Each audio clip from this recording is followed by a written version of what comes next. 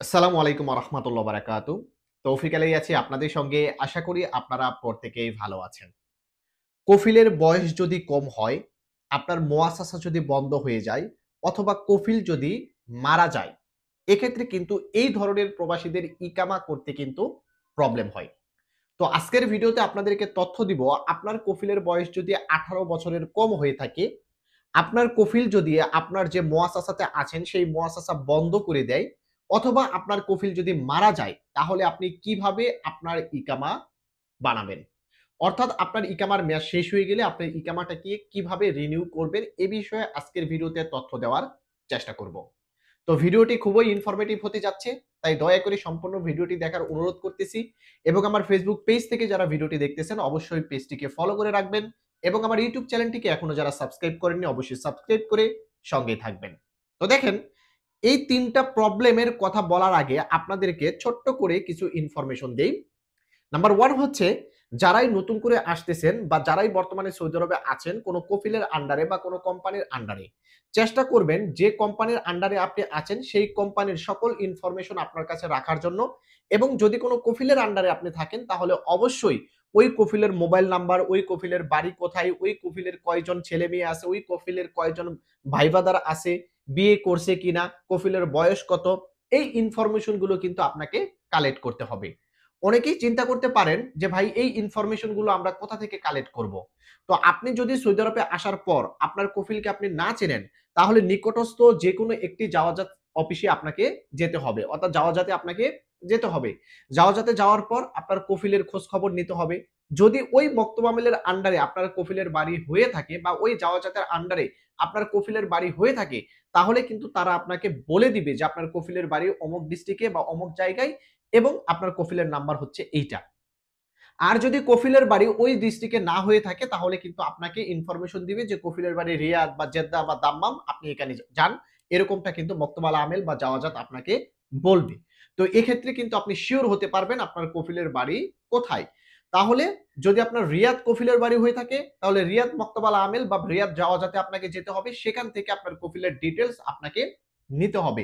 শুধুমাত্র আপনি সরাসরি মক্তব আল আমেলের বা জাওয়াজাতের অ্যাপয়েন্টমেন্ট নিয়ে সেখানে গিয়ে আপনার কফিলের খোঁজ করলে আপনার কফিলের ডিটেলস কিন্তু আপনি বের করতে পারবেন।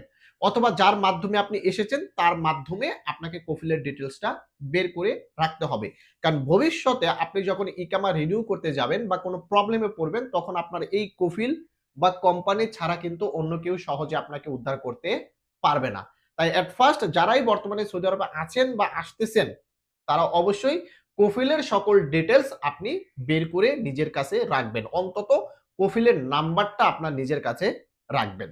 এখন কথা হচ্ছে, যে কফিলের বয়স কম, অর্থাৎ ধরেন আপনি এমন একটা কফিলের আন্ডারে আপনি এসেছেন, সেই কফিলের বয়স হচ্ছে ১০ বছর। তারপরেও কিন্তু সেই কফিলের নামে একটি মুয়াসাসা ওপেন করা হয়েছে বা সিজিল ওপেন করা হয়েছে। বর্তমানে ১-১.৫ বছর ধরে আমরা দেখতে পাচ্ছি ১৮ বছরের নিচে বয়স হলে তাদের কিন্তু সিজিল বা মুয়াসাসা অথবা রুকসা কিন্তু ওপেন করা যাচ্ছে না। কিন্তু পূর্বে কিন্তু এটা খুব সহজেই ওপেন করা যেত।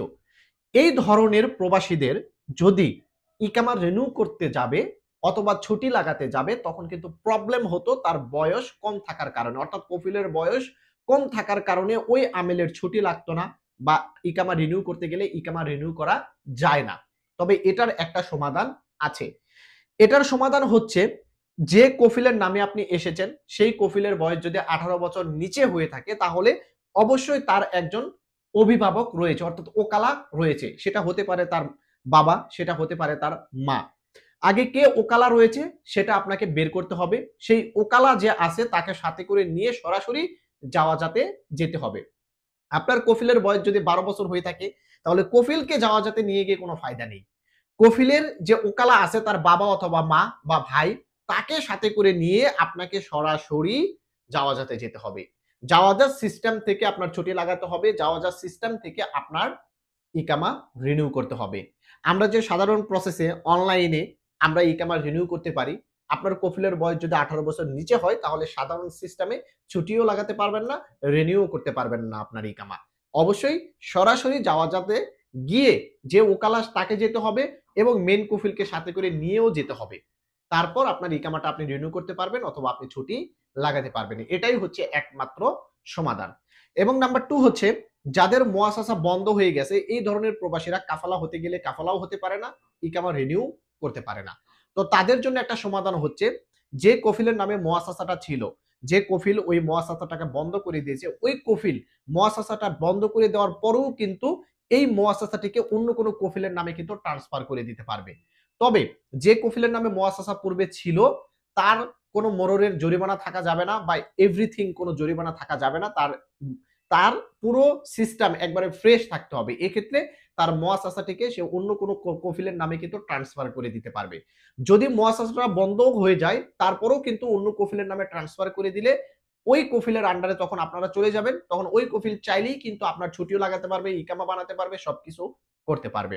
তো এটাই হচ্ছে একমাত্র সমাধান। যাদের মুয়াসাসা বন্ধ তাদের মুয়াসাসাটিকে অন্য কফিলের নামে ট্রান্সফার না করা পর্যন্ত কিন্তু তারা ইকামা বানাতে পারবে না। এবং নাম্বার 3 হচ্ছে যদি কফিল মারা যায়, মাথায় রাখবেন প্রত্যেকটা মুয়াসাসা বা প্রত্যেকটা সিজিল বা প্রত্যেকটা রুকসার ক্ষেত্রেই যে কফিল একটা মালিক থাকে ওই কফিলের আন্ডারে আরেকজন ওকালা থাকে। যেমন ধরেন আমি আপনাদেরকে বুঝিয়ে বলতেছি, যেমন আমি একটা ব্যাংক অ্যাকাউন্ট করতে গেলাম বাংলাদেশে, ইসলামিক ব্যাংক। তো ইসলামিক ব্যাংকের ব্যাংক অ্যাকাউন্ট করতে যাওয়ার সময় কি করতে হয়? একজনকে নমনি দিতে হয়। কারণ আমার অবর্তমানে আমি যদি মারা যাই তাহলে ওই নমনি কি করতে পারবে? আমার ব্যাংকের ডিটেইলস সে তত্ত্বাবধান করতে পারবে এবং আমার ব্যাংকে যদি কোনো টাকা পয়সা থাকে সে উত্তোলন করতে পারবে। পরবর্তীতে সেই ব্যাংক অ্যাকাউন্টটা সে চালাতে পারবে। এখন সেম সিস্টেম একটা মুয়াসাসা বা একটা রুকসা বা একটা সিজিল যখন বানানো হয় তখন সেম সিস্টেম একজন ওকালা করা হয়। তো আপনার কফিল যদি মারা যায় নিশ্চয়ই আপনার কফিলের একজন ওকালা ছিল। আপনার কফিল মারা যাওয়ার পর এই মুয়াসাসা সে দেখাশোনা করতে পারবে এরকম একজন ওকালা ছিল। তো আপনার কফিলের নাম্বারে ফোন করে সেই ওকালা কে আছে তাকে বের করতে হবে। আপনার কফিল মারা গেলেও কিন্তু কফিলের মোবাইল নাম্বার বা মোবাইল অন্য কেউ চালাবে, তার ভাই বা তার ওয়াইফ, তার ছেলে সন্তান কেউ কিন্তু চালাবে। আপনি ফোন করে তার কাছ থেকে কে ওকালা আছে তাকে খুঁজে বের করতে হবে এবং তার মাধ্যমে কিন্তু আপনি আপনার ইকামা রিনিউ করতে পারবেন। অনেকেই কিন্তু চিন্তা করে যে কফিল মারা গেছে এখন আমার ইকামা কে বানিয়ে দিবে, আমাকে ছুটি কে লাগিয়ে দিবে। ভাই যেই মারা যাক না কেন তার কোনো না কোনো ওকালা আছে। আগে ওকালা কে আছে, ভাই আছে না বোন আছে নাকি ওয়াইফ আছে না ছেলে সন্তান আছে, কে আছে এটা আগে বের করতে হবে। তারপর তার মাধ্যমে আপনি ছুটিও লাগাতে পারবেন, ইকামাও রিনিউ করতে পারবেন।